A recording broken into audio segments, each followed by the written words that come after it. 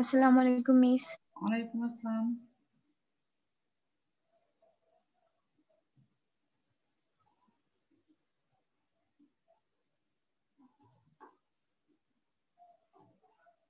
সবাই একটু আসুক, আমরা দেখি। তোমাদের সাথে অনেকদিন পরে ক্লাস হচ্ছে, তাই না? আসলে তোমাদের ক্লাসটা তোমরা সবাই হয়তো শুনেছো যে তোমাদের জন্য একটা আহ পরিমার্জিত সিলেবাস বোর্ড থেকে দেওয়া হবে। তো সেটা আসলে এখনো কবে দিবে এটা আমরা কেউ জানি না, যেহেতু বোর্ডের ব্যাপার। তো তোমাদের এসএসসি পরীক্ষাটা আসলে তোমার সেই সিলেবাসের আলোকিক হবে, কিন্তু যেহেতু এখন আমরা জানি না, আর আমার না জানা কারণ সময় আমাদেরকে আসলে এখন পড়াশোনার মধ্যেই থাকতে হবে। সিলেবাসে যে কি থাকবে বা কি বাদ দেওয়া হবে এই বিষয়টা আসলে আমরা কেউ জানি না। তো এখন আপাতত হচ্ছে আমাদের পড়াটা আর কি চালিয়ে যেতে হবে, যাতে সিলেবাস তোমার যেটাই আসুক না কেন আমাদের যাতে মানে আমরা হচ্ছে আহ একটা ভালো প্রিপারেশন নিয়ে তোমার ভালো একটা মানে পরীক্ষা দিতে পারি, এটা হলো বড় বিষয়। আর যেহেতু যদি কলেজে ক্লাস হয় দেন তো ভালো, আমরা কলেজে অনেক কিছু আসলে কলেজে দেখানোর আছে যেটা অনলাইনে পসিবল হয় না। আর যদি ক্লাস, অবশ্যই ক্লাস যেহেতু দীপুমনি বলেছে, শিক্ষামন্ত্রী, আমাদের মাননীয় শিক্ষামন্ত্রী, যে কিছু ক্লাস হয়ে তোমাদের পরীক্ষা হবে। তো সেরকম হলে আমরা পরবর্তী নির্দেশের অপেক্ষায় থাকবো, কিন্তু আপাতত আমরা আহ যেরকম হচ্ছে পড়ছিলাম সেটাই কন্টিনিউ করি। আমাদের তো ব্যাংকিং পার্টের মোটামুটি সব আমাদের শেষ, আমরা আগেই শেষ করে ফেলেছি, ইউটিউব চ্যানেলও শেষ করেছি। দেন হচ্ছে কলেজে তো যেগুলা ছিল, তো ইউটিউবে মূলত আমি ব্যাংকিং এর উপরে বেশি ক্লাস নিয়েছি। আর তোমাদের এইটে আমরা এখন যে দ্বিতীয় অধ্যায়টা পড়ছি ফিনান্সের, এটা পড়লে তোমাদের হচ্ছে শুধুমাত্র নবম অধ্যায়ের কিছু অংশ বাকি থাকবে। নবম অধ্যায় কিন্তু আমি কিছু শুরু করেছিলাম, কিন্তু ওটা আমি ম্যাথ দেখে আমি আবার এখানে চলে এসেছি, কারণ তোমাদের তখন অনেকেই কে কে উত্তীর্ণ হবা বা হবা না, বা সেকেন্ড ইয়ারে অনেকেই প্রমোশন পাওনি, এরকম একটা ইস্যু ছিল, বা পরীক্ষাটার জন্য আমরা অপেক্ষা করেছিলাম। এই জন্য আমি ম্যাথের চ্যাপ্টারটা স্কিপ করে আমরা আবার এই 2 নাম্বার চ্যাপ্টারে চলে এসেছি। তো এখন আমরা ওই শিক্ষামন্ত্রীর নোটিশ আসার আগে আমরা এই 2 নাম্বার চ্যাপ্টার আমাদের আজকেই শেষ হয়ে যাবে, ছোট্ট একটা দুটো টপিক বাকি। দেন আমরা নবম অধ্যায়টা করে ফেললে অ্যাকচুয়ালি আমাদের পুরো বই শেষ। দেন হচ্ছে যে আমরা হচ্ছে আহ পরবর্তী নির্দেশ অনুযায়ী ক্লাস করবো। আর এটা মনে রাখো, আমাদের সিলেবাস এসএসসি পরীক্ষার জন্য শর্ট করলেও ভর্তি পরীক্ষার জন্য কিন্তু আর শর্ট হবে না, দেখা যাবে ভর্তি পরীক্ষা আমাদের পুরো বইয়ের উপরেই হবে। তো এই কারণে আমাদের হচ্ছে পুরো বইয়ের উপরেই, আমরা যারা পরবর্তীতে ভালো করতে চাই, ভালো একটা ইউনিভার্সিটিতে ভর্তি হতে চাই, আমাদের পুরো বইয়ের উপরেই কিন্তু প্রিপারেশন নিতে হবে। এখন আমরা যদি বসে থাকি যে কবে আমাদের নোটিশ আসবে, আমাদের সিলেবাস কমবে, তখন আমরা পড়বো না, এটা একটা ভুল ধারণা। আমরা যা পারি আমরা পুরো বইয়ের উপর প্রিপারেশন নিব, কারণ আমাদের ভর্তি পরীক্ষাটা পুরো বইয়ের উপরেই হবে। তো বোর্ডের নির্দেশ আসার আগ পর্যন্ত আমরা চেষ্টা করব যে যতটুকু আমরা কভার করতে পারি আর কি। তো আচ্ছা, তো আমরা অনেক কথা বললাম, আর একটা বিষয়, তোমরা হচ্ছে এখানে মাত্র কজন আছো দেখি, একটু পরে আমি তোমাদের নামটা নিব, আর কিছুক্ষণ যাক। এখন 5 জন আছো। তো তোমাদের শনিবারে একটা ক্লাস আমি নিতে পারি নাই। আসলে শনিবার দিন আমার একটু ঝামেলা থাকে, শনিবার দিন তোমাদের শনিবারের ক্লাসটা আমি আসলে বৃহস্পতিবারই নিতে চাচ্ছি। ঠিক আছে? তো তো আমার কলেজেও কিছু কাজ থাকে, আবার বা শনিবার একটু আমার ঝামেলা হয়, বিশেষ করে ল্যাপটপটা নিয়ে একটু ঝামেলা হয়। আমি আসলে আমার হাজবেন্ডের ল্যাপটপটা ইউজ করি, তো শনিবার একটু ঝামেলা থাকে। তো যাই হোক, তো এখন আমি তোমাদের শনিবারের ক্লাসটা আপাতত এই 2-1 সপ্তাহ আমি বৃহস্পতিবারই নিব। যেমন আমি কিন্তু গতদিন আগেই বলে দিয়েছিলাম যে শনিবারের ক্লাসটা আমি বৃহস্পতিবার নিব। ইভেন ইভেন এই শনিবারের যে ক্লাসটা হবে, মানে আগামী শনিবারের ক্লাসটাও তোমাদের আমি বৃহস্পতিবারই নিব। তার মানে তোমাদের সাথে আমাদের ক্লাস হচ্ছে আহ আমার মঙ্গলবার আর বৃহস্পতিবার। ঠিক আছে? একটু খেয়াল করে রেখো, শনিবার দিন আমি আমার ফিনান্স ক্লাসটা নিতে পারবো না, আমার কিছু সমস্যা আছে, বললামই তো, ল্যাপটপ ইস্যু নিয়ে। তো আমি নিচ্ছি তোমাদের বৃহস্পতিবার আর হচ্ছে মঙ্গলবার। ঠিক আছে? আপাতত বোর্ডের নির্দেশ আসা পর্যন্ত, যতদিন আমাদেরকে অনলাইনে নেওয়া লাগছে। আচ্ছা, তো এখন হয়তো তোমরা সবাই শুনতে পেরেছো, আমি পরে দরকার হলে আবার রিপিট করবো। তো আমি এখন হচ্ছে চলে যাচ্ছি আমাদের আজকের যে টপিকস, আমরা গত ক্লাসে মানি লন্ডারিং সম্পর্কে একটু পড়েছিলাম। তো মানি লন্ডারিং জিনিসটা কি সেটা সংজ্ঞা নিয়ে আমাদের আলোচনা হয়েছিল। আজকে জাস্ট একটু রিভিউ দিয়ে আমরা দুইটা টপিকস পড়লে আমাদের এই অধ্যায়টা শেষ হবে। তো আমরা গত ক্লাসে যেটা দেখেছিলাম মানি লন্ডারিং প্রতিরোধ আইন 2002, সেখানে আমরা মানি লন্ডারিং এর সংজ্ঞাটা দেখেছিলাম। তো এখন দেখি যে মানি লন্ডারিং আসলে কিভাবে হয়। এই মানি লন্ডারিং সংগঠন প্রক্রিয়াটা, যেটা আমার বইয়ের আছে 94 পৃষ্ঠায়, তোমাদের বইয়ের সাথে পৃষ্ঠা মিলবে না, কিন্তু তোমাদের বইয়ে এই সেম লেখাগুলোই আছে। তো এই সংগঠন প্রক্রিয়াটা পড়লে আমাদের আবার তোমার সংজ্ঞাটা ক্লিয়ার হয়ে যাবে। মানি লন্ডারিং আমাদের জন্য ইম্পর্টেন্ট, তো এই জন্যই আমি এটা আবার একটু রিপিট করে দেন পরবর্তী টপিকসে যাচ্ছি। তো দেখো আমরা হচ্ছে 2.28, যেটা আমাদের স্ক্রিনে শো করছে এখন, মানি লন্ডারিং সংগঠন প্রক্রিয়া। এই সংগঠন প্রক্রিয়াটা পড়লে আমাদের সংজ্ঞাটা আরো ক্লিয়ার হয়ে যাবে। দেখো বলেছে আসসালামু আলাইকুম ম্যাম। ওয়ালাইকুম আসসালাম। দেখো বলেছে যে বর্তমানে মানি লন্ডারিং সারা বিশ্বে একটি বিশাল সমস্যা হিসেবে আবির্ভূত হয়েছে। মানি লন্ডারিং হচ্ছে এমন একটি অবস্থা যার মাধ্যমে অপরাধীরা অবৈধ পন্থায় উপার্জিত অর্থ এমনভাবে বিভিন্ন খাতে প্রভাবিত করে যা দেখলে মনে হবে এই সমস্ত অর্থ বৈধ উপায়ে উপার্জন করা হয়েছে। দেখো খুব সুন্দর সহজভাবে আমাদেরকে বলেছে। আসলে মানি লন্ডারিং হচ্ছে এমন একটা অপরাধ যেখানে তোমার টাকাটাই হচ্ছে অবৈধ। দেখো বলেছে যে অবৈধ পন্থায় উপার্জিত অর্থ, অবৈধ পন্থায় উপার্জিত অর্থটাকে চালাকি করে মানে এইভাবে প্রেজেন্ট করে বা উপস্থাপন করে যেটা দেখলে কোনো মানুষ মনে করবে না যে এটা অর্থটা অবৈধ উপায়ে অর্জিত হয়েছে। তাহলে মানি লন্ডারিং কি? মানি লন্ডারিং হচ্ছে এমন একটা অবস্থা যার মাধ্যমে অপরাধীরা অবৈধ পন্থায় উপার্জিত অর্থ এমন ভাবে বিভিন্ন খাতে প্রবাহিত করে যা দেখলে মনে হবে এই সমস্ত অর্থ বৈধ উপায়ে উপার্জিত হয়েছে। তার মানে দেখো, তো হচ্ছে যে আমাদেরকে দেখে মনে হবে যে বৈধভাবে উপার্জিত হয়েছে। এখন আমরা দেখি কি কি উপায়ে মানি লন্ডারিংটা করা যায়। বলেছে যে মানি লন্ডারিং সাধারণত একটি প্রক্রিয়া অনুসরণ করা হয়। নিম্নে মানি লন্ডারিং এর প্রক্রিয়া আলোচনা করা হলো। মানে দেখো যারা সাধারণত অপরাধ করে, এখানে 3টা প্রক্রিয়া আছে, 1, 2, 3 নাম্বার দিয়ে।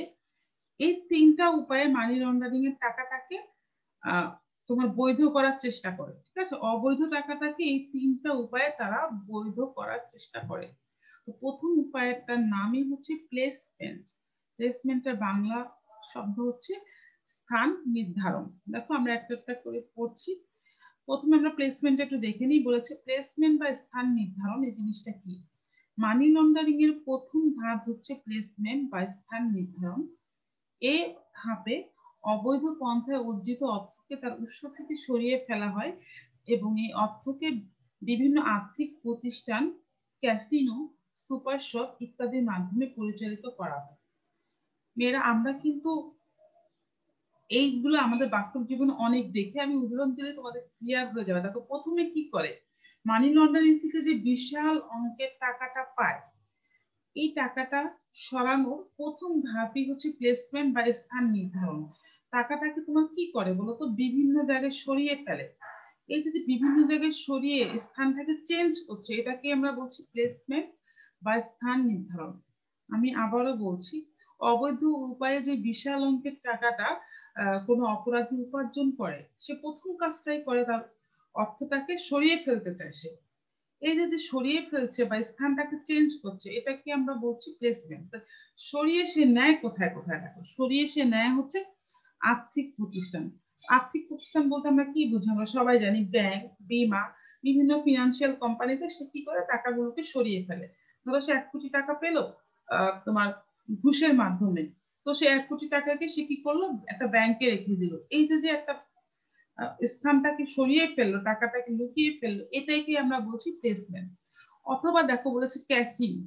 ক্যাসিনো আগে আমরা শুধুমাত্র মুভিগুলোতে দেখতাম, তাই না, যে মুভিতে দেখতাম ক্যাসিনো আসলে একটা জুয়ার আসর। তো আমরা জানতাম না যে আমাদের দেশে আসলে ক্যাসিনো আছে বা এত ব্যাপক হারে আছে। আমরা কিন্তু গত বছরে নিউজে দেখেছি যে ক্যাসিনো নিয়ে তোলপাড় হয়ে গেছে, তাই না, আমাদের দেশে শত শত কোটি টাকা ক্যাসিনোতে লাগানো, এবং অনেক বড় বড় নামি দামি লোক আসলে ক্যাসিনো ব্যবসার সাথে জড়িত। এটা হচ্ছে আমাদের দেশের আইন অনুযায়ী এটা অবৈধ আর ধর্মেও আমাদের অবৈধ জুয়া খেলা, তো ক্যাসিনোটা আমাদের দেশে বৈধ না। তো এই যে যে অবৈধ উপায়ে অর্জিত টাকাটা সেটা বিভিন্ন আর্থিক প্রতিষ্ঠান তো ইনভেস্ট করছে, প্লাস ক্যাসিনোর মতো জায়গায় যেখানে সরকারের নজরদারিটা আসলে সেরকম নাই, বা সরকার হয়তো বা এতদিন তো ঘুমিয়েই ছিল, সে তারা জানতোই না যে আমাদের দেশে এইভাবে ক্যাসিনোতে এত টাকা লাগানো, শত শত কোটি টাকা ক্যাসিনো আমরা দেখেছি, সবাই নিউজে অনেক এসেছে। তো ক্যাসিনো অথবা দেখা বলেছে সুপার শপ, সুপার শপ গুলো তো আমাদের চোখের সামনেই আছে, মানে আগোরা, স্বপ্ন, মিনা বাজার, এগুলো তো নাম করা। এছাড়া তুমি দেখবা তোমাদের এলাকায় বা একটু আশেপাশে এখন বিভিন্ন ধরনের সুপার শপ গুলো কিন্তু তোমার প্রায় ওপেন হচ্ছে। আমি তো দেখছি যে আমার এই গলির মধ্যে, আমার মিরপুর কাজীপাড়ায়, আমার এই গলির মধ্যে দেখা একদম বের হতেই হচ্ছে স্বপ্ন, ঢুকতেই তারপরে এক পাশে আছে কনজিউমার, স্বপ্ন তো আমরা সবাই চিনি, কনজিউমারও একটা সুপার শপ। তারপরে একটু আগালে দেখো একদম আমার বাসার সামনে আছে সিএসবি, তারপরে আছে হচ্ছে তোমার ডিএসএস, মানে এরকম আরো 3-4টা, আমি নাম বলতে পারবো না। তুমি দেখো এই ছোট্ট একটা এত বড় এলাকাও না, এই এলাকায় এখন এত সুপার শপ হয়ে গেছে, মানে একটা গলির মধ্যে আমি 5টা থেকে 6টা সুপার শপ পেয়ে যাচ্ছি, বাস স্ট্যান্ড থেকে শুরু করে আমার বাসার মসজিদ পর্যন্ত। তাহলে দেখো একটা সুপার শপে কিন্তু আমরা ঢুকলেই বুঝতে পারি যে কি পরিমাণ ইনভেস্টমেন্টের দরকার হয়। সেখানে তোমার সেট আপ, সেখানে এত ভ্যারাইটি অফ তোমার হচ্ছে প্রোডাক্ট, এত এমপ্লয়িরা কাজ করছে, মানে সবকিছু মিলেই একটা সুপার শপে কিন্তু একটা বিগ ইনভেস্টমেন্টের দরকার হয়। তাহলে এই মানি লন্ডারিং এর টাকাটা কিন্তু সুপার শপেও মাধ্যমে পরিচালিত হয়।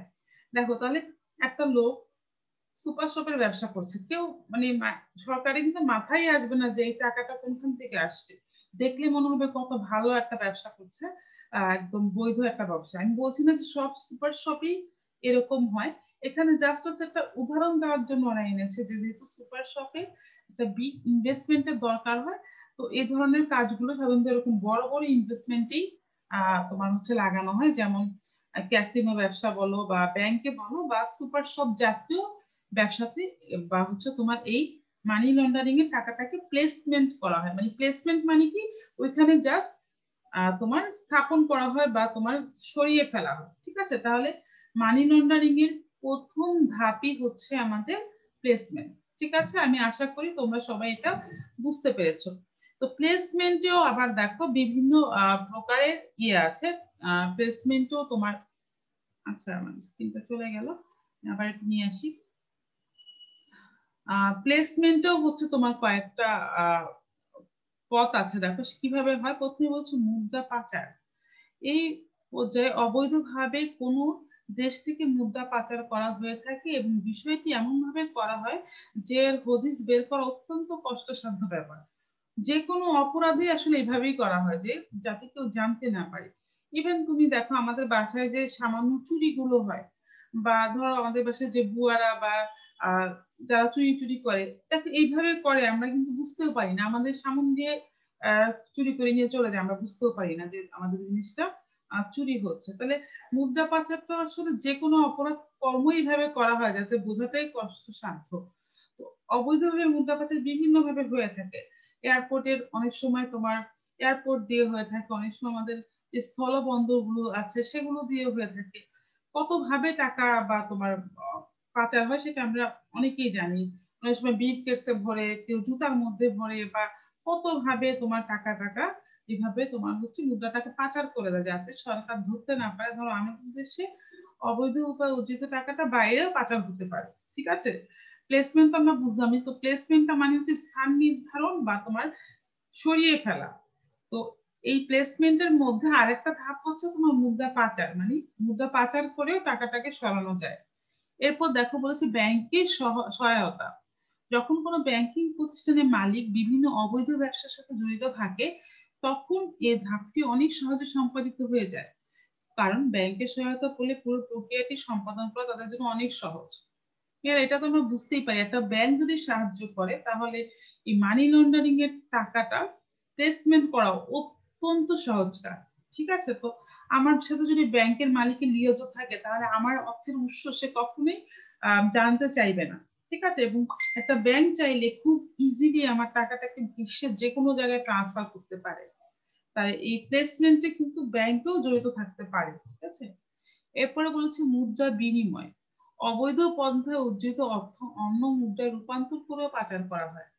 খেয়াল করো, তুমি 1 কোটি টাকা দেশি মুদ্রা আমাদের টাকা পেলা, ঘুষের মাধ্যমে বা যে কোনো অবৈধ পন্থায় তুমি অর্জিত করে 1 কোটি টাকা পেলা, ওই টাকাটাকে তুমি ডলারে কনভার্ট করে ফেললা, ডলারে কনভার্ট করে তুমি এখন ডলার নিয়ে বিদেশ চলে গেলা। দেখো, তাহলে এইটা কিন্তু সরকার কতটা সহজে মানুষকে ফাঁকি দেওয়া যাচ্ছে যে তুমি টাকাটাকে ডলারে বানায় ফেললে, এখন তুমি ইউএসএ তে ঘুরতে যাবে বা কোথাও ঘুরতে যাবে, তোমার তো ডলার এমনিতেই লাগবে, তুমি নিয়ে চলে গেলা। তাহলে কত সহজে এই অবৈধ টাকাটার প্লেসমেন্ট হয়ে গেল, মানে অবৈধ টাকাটা চেঞ্জ হয়ে অন্য কিছু হয়ে গেল।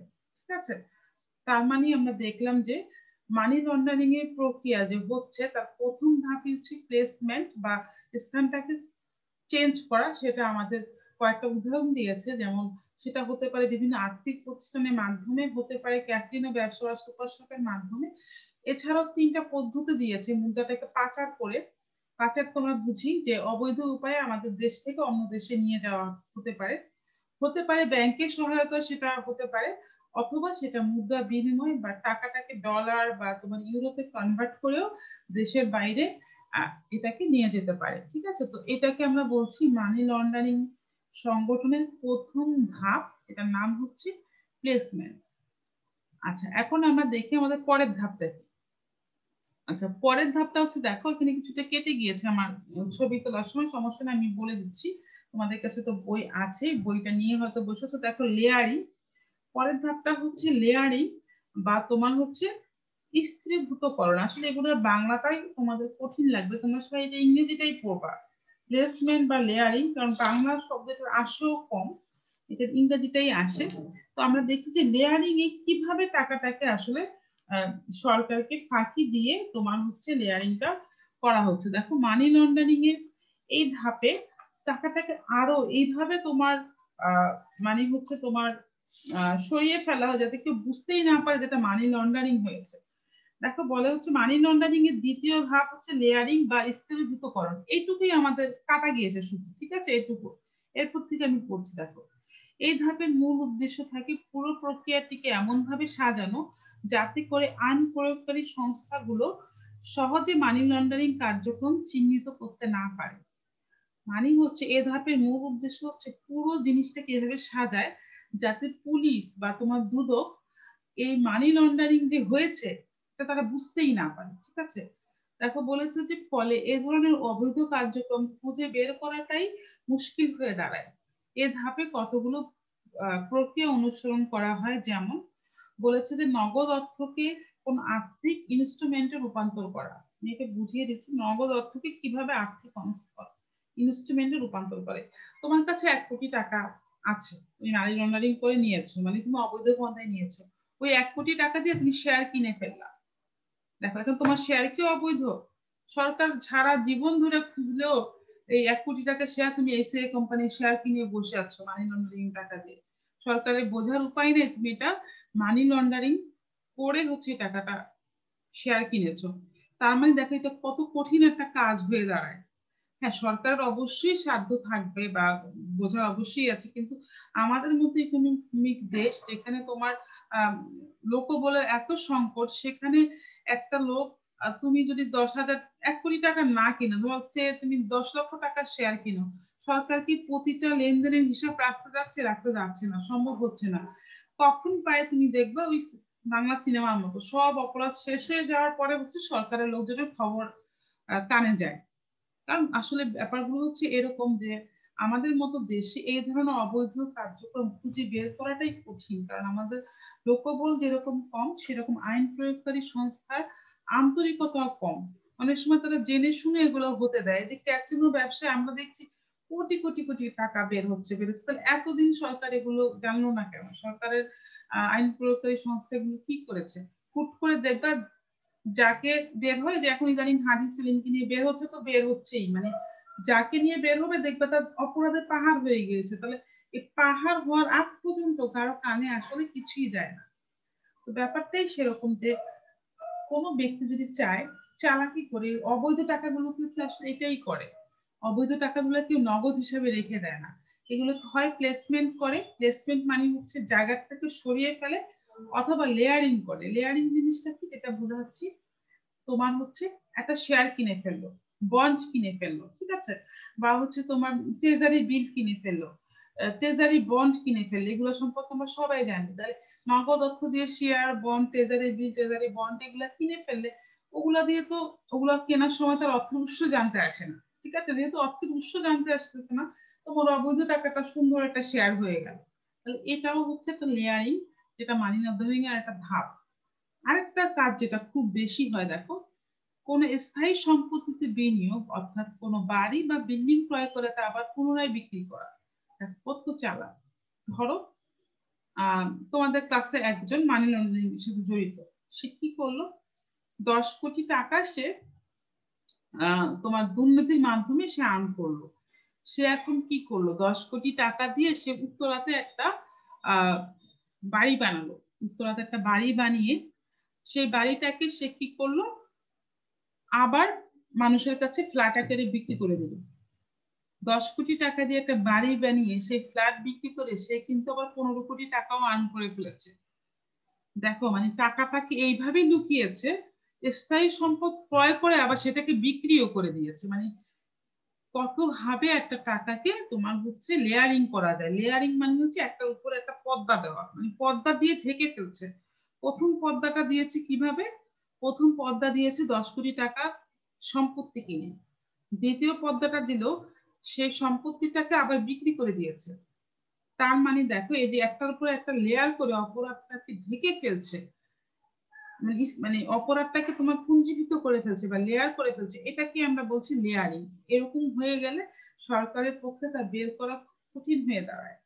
এখন তোমাদের ক্লাসে যেই মেয়েটা ধরো এই লেয়ারিং এর মাধ্যমে আহ, একটা বাড়ি বানিয়ে ওটাকে বিক্রি, ফ্ল্যাট হিসেবে বিক্রি করে দিয়েছে, তো এখন সবার কাছে তো সে হয়ে যাবে, সে একজন ডেভেলপার, সে ফ্ল্যাট বিক্রি করে টাকা আর্ন করছে। কিন্তু সেই প্রথম যে ফ্ল্যাট সে কিভাবে কিনলো বা বাড়ি কিভাবে কিনলো, সেটা কিন্তু আর কেউ মাথায় আসবে না, ঠিক আছে। তো এই যে দুটো উদাহরণ আমরা একটু মনে রাখবো, কারণ আমাদের উদ্দীপকে কিন্তু, আমি এত কেন বুঝাচ্ছি, কারণ উদ্দীপকে এটা আসবে, কোন একটা বাড়ির উদাহরণ দিয়ে আসবে যে এটা মানি লন্ডারিং এর কোন ধরনের প্রক্রিয়া বা কোন ধরনের ধাপ, তখন তোমাকে বলতে হবে যে এটা হচ্ছে লেয়ারিং, এটা হচ্ছে তোমার আহ একটু আগে যেটা আমরা পড়লাম প্লেসমেন্ট। এই জন্য হচ্ছে এত উদাহরণ দিচ্ছি। লেয়ারিং কখন হয়, এই যে এই দুটা মনে রাখবা, কোনো শেয়ার সিকিউরিটি বা এরকম বন্ড, আর্থিক ইনস্ট্রুমেন্ট ক্রয় করলে, অথবা যে বাড়ি বা দোকান বা হচ্ছে তোমার বিল্ডিং এই জাতীয় জিনিস ক্রয় করে আবার তা বিক্রি করলে এটাকে আমরা কি করব, লেয়ারিং। এখন দেখো মানি লন্ডারিং এর সর্বশেষ ধাপ ইন্ট্রিগেশন।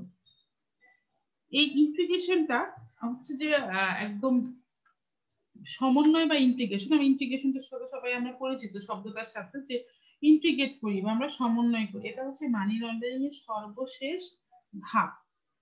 এই ধাপের মাধ্যমে যারা খুব চালাক এবং ধুরন্ধর অপরাধী, তারা পুরো টাকাটাকে একদম পুরো বৈধই বানিয়ে ফেলে, ঠিক আছে। মানে এরকম একটা তারা একটা কাজ করে। দেখো সেটা কি বলা হচ্ছে, যে মানি লন্ডারিং এর সর্বশেষ ধাপ হচ্ছে তোমার হচ্ছে আচ্ছা দেখো বলেছে যে মানি লন্ডারিং এর সর্বশেষ ধাপ হচ্ছে তোমার ইন্টিগ্রেশন বা সমন্বয় সাধন। এ ধাপে পাচারকৃত অর্থ দেশের আর্থিক ব্যবস্থায় এমন ভাবে প্রবেশ করানো হয় যে তা দেখে মনে হবে এই অর্থ বৈধ পন্থায় অর্জিত বা স্বাভাবিক কোনো ব্যবসায়িক কর্মকাণ্ডের মাধ্যমে এই অর্থ উপার্জন করা হয়েছে। এটি লেয়ারিং বা স্তরীভূত পর্যায়ের পুরোপুরি উল্টো চিত্র। এ ধাপে কৌশলগুলোকে অবলম্বন করা হয় তা দেখানো হলো। মানে এটা আমরা দেখি যে ইন্টিগ্রেশনে আসলে কিভাবে তোমার আহ অপরাধীরা টাকাটাকে সরায় আমরা দেখি। দেখো বলেছে, প্রথমটাই বলেছে দেশের বাইরে কোনো ভুয়া প্রতিষ্ঠান খুলে জমা রাখে এবং পুরো লেনদেন প্রক্রিয়া তখন দেখতে বৈধ মনে হয়। দেখো একটা জিনিস আমি বলি, ধরো তুমি একজন দেখালা যে আমি খুব বড় ব্যবসায়ী, আমি সিঙ্গাপুরে একটা কোম্পানি খুলেছি, সরকারকে দেখালা, কোম্পানিটার নাম দিলে এবিসি লিমিটেড। তুমি এবিসি লিমিটেডের নামে দেশের থেকে আহ তোমার হচ্ছে টাকা পাঠালো, যেহেতু তুমি দেশের ব্যবসায়ী, তুমি এবিসি লিমিটেড সিঙ্গাপুরে খুলেছো, তুমি দেশের থেকে টাকা পাঠাইতেই পারো।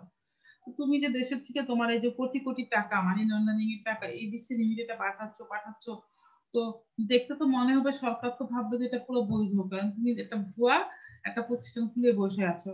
সরকার ওইখানে যে এত পুঙ্খানুপুঙ্খানু খুঁজতে যাবে না যে আসলেই তুমি এখানে ভুয়া প্রতিষ্ঠান খুলেছো নাকি সত্যি প্রতিষ্ঠান খুলেছো।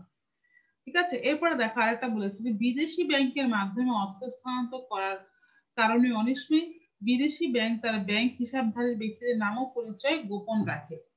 আচ্ছা, তো বিদেশি ব্যাংকের মাধ্যমে অর্থ আমরা করতে পারি, টাকাটা পাঠাতে পারি। বিদেশি ব্যাংক আমাদের দেশি না, বিদেশি ব্যাংক আমাদের দেশে কিন্তু অনেক বিদেশি ব্যাংকও আছে, আমরা সবাই জানি। তো এই বিদেশি ব্যাংকের টাকাটা আমরা কি করতে পারি, বিদেশি ব্যাংকের মাধ্যমে আমাদের দেশি টাকাটা পৃথিবীর যে কোনো দেশে পাঠাতে পারি।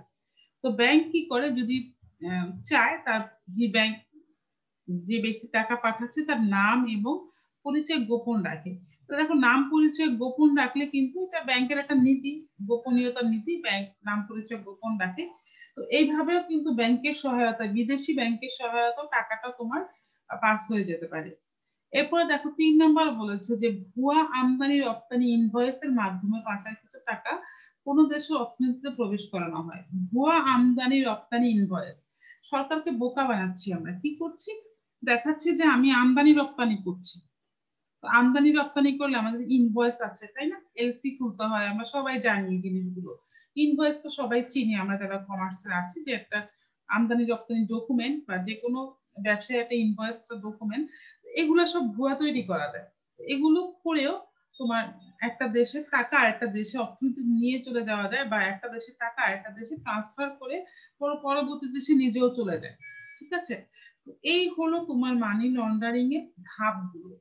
ঠিক আছে, কত ভাবে টাকাগুলোকে আমরা সরাতে পাচ্ছি।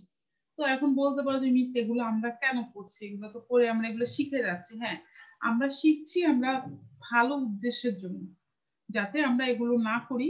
যে কোনো অবৈধ কাজ করাটাই অবশ্যই ঠিক না। তো আমরা যদি না জানি যে অবৈধ কাজটা কিভাবে হয়, তাহলে তো আমরা আসলে সেই অবৈধ আহ, কাজটা কখনো ধরতে পারবো না। আমরা যদি কমার্সে পড়ি, আমাদের কাজ হতে পারে এই অবৈধ লেনদেন গুলোকে ধরা, বা আমাদের জবের সেক্টরটা হতে পারে যে আমরা অবৈধ এই কাজগুলোকে ধরবো। তো আমরা যদি এগুলো না জানি কিভাবে এই অবৈধ কাজগুলো হয়, তাহলে তো আমরা ধরতে পারবো না। তো আমরা শিখছি হচ্ছে ভালো উদ্দেশ্যে। ঠিক আছে, আমরা আমরা এটাকে খারাপ উদ্দেশ্যে কখনই ব্যবহার করার চেষ্টা করব না। যে এখন তো যারা খারাপ, দেখবে সিনেমাতে দেখা যায় একটা ভালো জিনিস নায়ক একভাবে চিন্তা করে, ভিলেন একভাবে চিন্তা করে। নায়ক চিন্তা করছে যে এইভাবে একটা বিপদ থেকে মানুষকে উদ্ধার করানো যায়, আর সেম জিনিসটা দেখে ভিলেন চিন্তা করে এইভাবে মানুষকে বিপদে ফেলা যায়। তো আমাদের চিন্তাধারাটাকে চেঞ্জ করতে হবে। এখানে আমরা মানি লন্ডারিং এর 3টা ধাপ শিখেছি।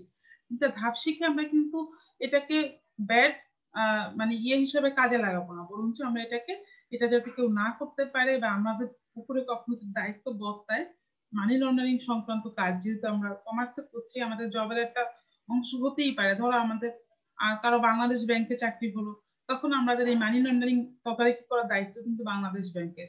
তখন তার কাজে এই টপিকস গুলো হেল্প করবে, যে কিভাবে একটা অপরাধী ইন্টিগ্রেশন, লেয়ারিং বা হচ্ছে তোমার প্লেসমেন্টের মাধ্যমে টাকাটাকে সরিয়ে ফেলে, বা টাকাটার তোমার অবস্থানটাকে লুকিয়ে ফেলে, বা টাকাটার উপরে এইভাবে পর্দাটা দেয় যাতে সরকার বা আইন প্রয়োগকারী সংস্থার চোখে মানি লন্ডারিং যে সংগঠিত হয়েছে এটা বোঝাটাই দুষ্কর হয়ে দাঁড়ায়। ঠিক আছে, আচ্ছা, তো আমার মানি লন্ডারিংটা শেষ।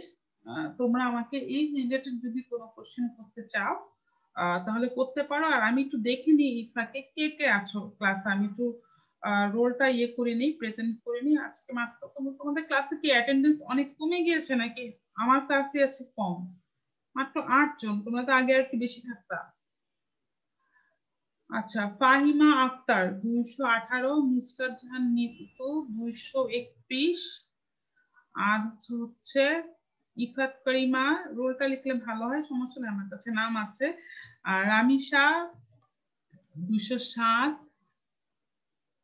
আচ্ছা, এরপর হচ্ছে জেবা আছো, তাহমিনা আছো, ইয়াসনা আছো, জিনিয়া আছো। আচ্ছা, আমি এই কজনকেই পেলাম, তোমাদের রোলটাই প্রেজেন্ট হলো, বাকিরা তো নাই। এখন তোমাদের মানি লন্ডারিং রিলেটেড যদি কোনো প্রশ্ন থাকে তাহলে আমাকে করতে পারো।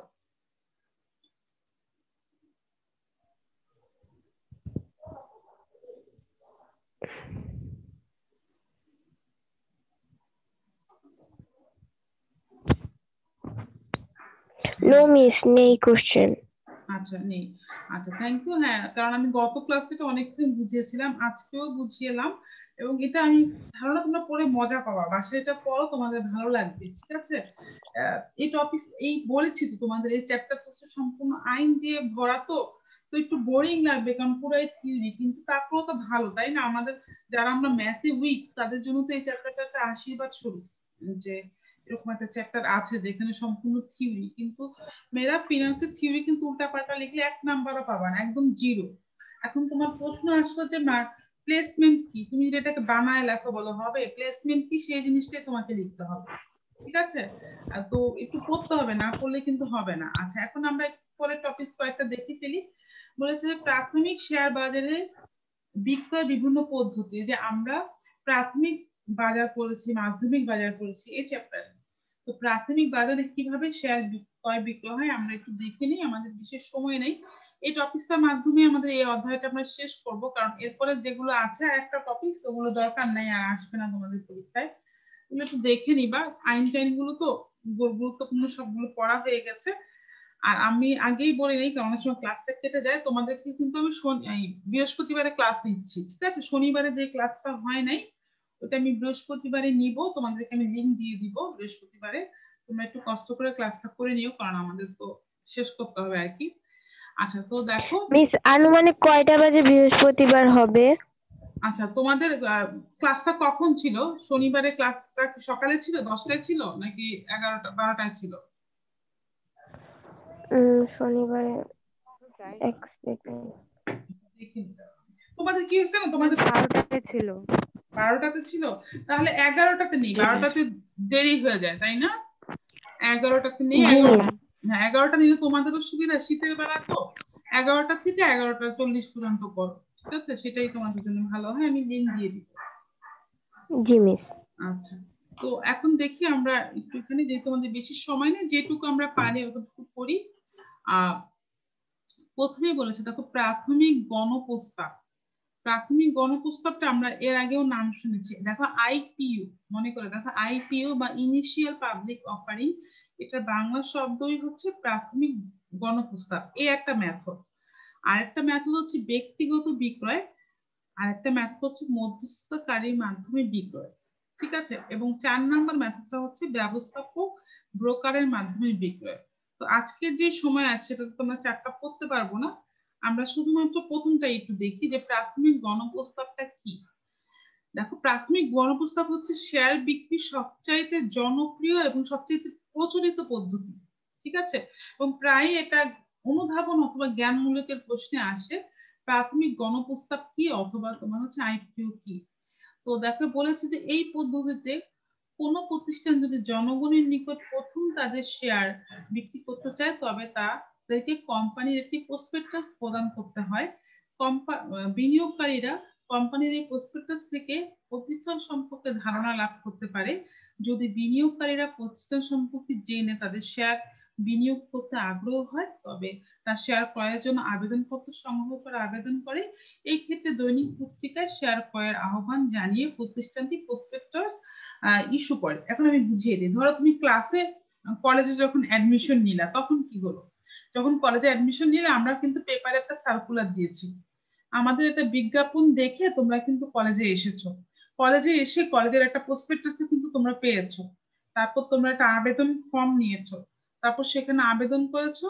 প্রসপেক্টাস তো কলেজ সম্পর্কে জেনে তোমাদের আসলে একটু ভালো লেগে গেছে, বা আগে কারো সম্পর্কে তোমরা কারো কাছ থেকে কলেজ সম্পর্কে জেনেছো। ঠিক প্রাথমিক গণপ্রস্তাবটা এরকম। কেউ যদি কোনো কোম্পানি যদি প্রথমে বাজারে শেয়ার ছাড়তে চায়, তার প্রথম কাজই হচ্ছে সে পেপারে একটা সার্কুলার দিবে, পেপারে সার্কুলার দিবে যে আমি অমুক কোম্পানি, আমি আমার বাজারে এত কোটি টাকা শেয়ার ছাড়তে চাচ্ছি। তো এখন এইটুক বললে তো মানুষ তোমার শেয়ার কিনবে না, তোমাকে একটা প্রসপেক্টাস ছাপাতে হবে, সেটা জাতীয় দৈনিকে। প্রসপেক্টাসে কি থাকবে? তোমার কোম্পানির গঠন প্রণালী, তোমার কোম্পানির পরিচালকের সংখ্যা, তোমার কোম্পানির মূলধনের সংখ্যা, তোমার কোম্পানির ভবিষ্যৎ পরিকল্পনা, তোমার কোম্পানি পরিচালনা পরিষদে কারা কারা আছে, যাবতীয় সবকিছু, যেরকম তোমাদের প্রসপেক্টাসে টিচারদের ছবি দেওয়া থাকে, টিচারদের ডেজিগনেশন দেওয়া থাকে, চেয়ারম্যানের বাণী থাকে, তোমার হচ্ছে পরিচালনা কমিটির বাণী থাকে, ঠিক সেরকম যেরকম তোমাদের একটা প্রসপেক্টাস শিক্ষা প্রতিষ্ঠানের একটা সংক্ষিপ্ত রূপ তোমাদের কাছে তুলে ধরে, ঠিক প্রাথমিক গণপ্রস্তাবে যে শেয়ারের যে প্রসপেক্টাসটা সেটা কোম্পানির একটা প্রাথমিক অবস্থা বিনিয়োগকারীর কাছে তুলে ধরে। বিনিয়োগকারী ওই প্রসপেক্টাস দেখে যদি খুশি হয় তাহলে সে শেয়ার কিনতে আগ্রহী হয়। শেয়ার কিনতে আগ্রহী হলে তারা একটা আবেদনপত্র সংগ্রহ করে এবং একটা আবেদন করে। এই যে আবেদনপত্র সংগ্রহ করে আবেদনটা করলো, এই যে প্রক্রিয়াটা, এটা কি আমরা বলছি প্রাথমিক গণপ্রস্তাব, মানে শেয়ার বিক্রির প্রথম বা জনপ্রিয় ধাপই হচ্ছে এটা। ঠিক আছে, তো এখন আবেদন করলেই কিন্তু আমরা শেয়ার পেয়ে যাব না। আবেদন করলে একটা লটারি হবে, লটারিতে যার যার নাম আসবে কোম্পানির শেয়ারের অ্যামাউন্ট অনুযায়ী তারাই কোম্পানির শেয়ার হোল্ডার হবে। ধরো তোমরা 100 জন স্টুডেন্ট আবেদন করেছো, কিন্তু আমাদের সিট আছে 40টা, আমরা কি করব, লটারি করব। লটারি করে 40 জনকে বেছে নিব। তো 40 জন আমাদের স্টুডেন্ট হলো, বাকি 60 জন হতে পারছো না। ঠিক শেয়ারের ক্ষেত্রেও সেরকম, কোম্পানির শেয়ার আছে ধরো 20টা, আবেদন করেছে 30টা, তো কোম্পানি লটারির মাধ্যমে 20টা তুলে ধরবে। ওই 20 জনই কোম্পানির শেয়ার হোল্ডার হবে, বাকি 10 জন হতে পারবে না। এই প্রক্রিয়াটাকে আমরা বলছি প্রাথমিক গণপ্রস্তাব। তাহলে আজকের ক্লাসে আমরা এইটুকুই পড়লাম। তোমাদের বাসার পড়া হচ্ছে মানি লন্ডারিং আর প্রাথমিক গণপ্রস্তাব, আর এগুলো একটু রিডিং করে নিও। আগামী শনিবারও আমরা এইটা নিয়ে পড়বো, তারপরে ইনশাল্লাহ আমরা আরেকটা অধ্যায় শেষ করে ফেলতে পারবো। তো আপাতত সবাই ভালো থেকো, সুস্থ থেকো, এটাই বলবো। ইনশাল্লাহ শনিবার দিন সবার সাথে 11টার সময় দেখা হবে। কারো কোনো কোশ্চেন থাকলে হ্যাঁ শনিবার দিন অবশ্যই পড়বা, পড়ার পরে হচ্ছে আমাকে কোশ্চেন করবা যে মিস এটা বুঝি নাই বা এটা না, প্রশ্ন করে শিখতে পারবা না। বুঝতেই পারছো পরীক্ষা কিন্তু খুব সামনে, ঠিক আছে, তোমাদের খুবই কাছে পরীক্ষা।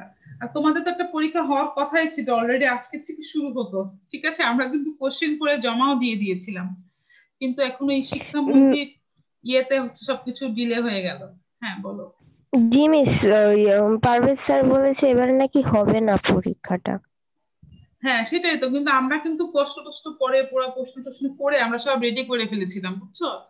কিন্তু এখন জি যেহেতু সিলেবাসে চেঞ্জ হবে, আমরা তো পুরো বইয়ের উপরে বোর্ড স্ট্যান্ডার্ডে প্রশ্ন করেছিলাম, তো সিলেবাস চেঞ্জ হলে তো আসলে ওই প্রশ্নটার গ্রহণযোগ্যতা কতটুকু এটা পরে আসলে বুঝবো। আচ্ছা তাহলে সবাই ভালো থেকো, ইনশাল্লাহ বৃহস্পতিবার দিন সবার সাথে দেখা হবে, কথা হবে। আল্লাহ হাফিজ। আসসালামু আলাইকুম ম্যাম। ওয়ালাইকুম আসসালাম। ওয়ালাইকুম আসসালাম। আসসালামু আলাইকুম ম্যাম। ওয়ালাইকুম আসসালাম।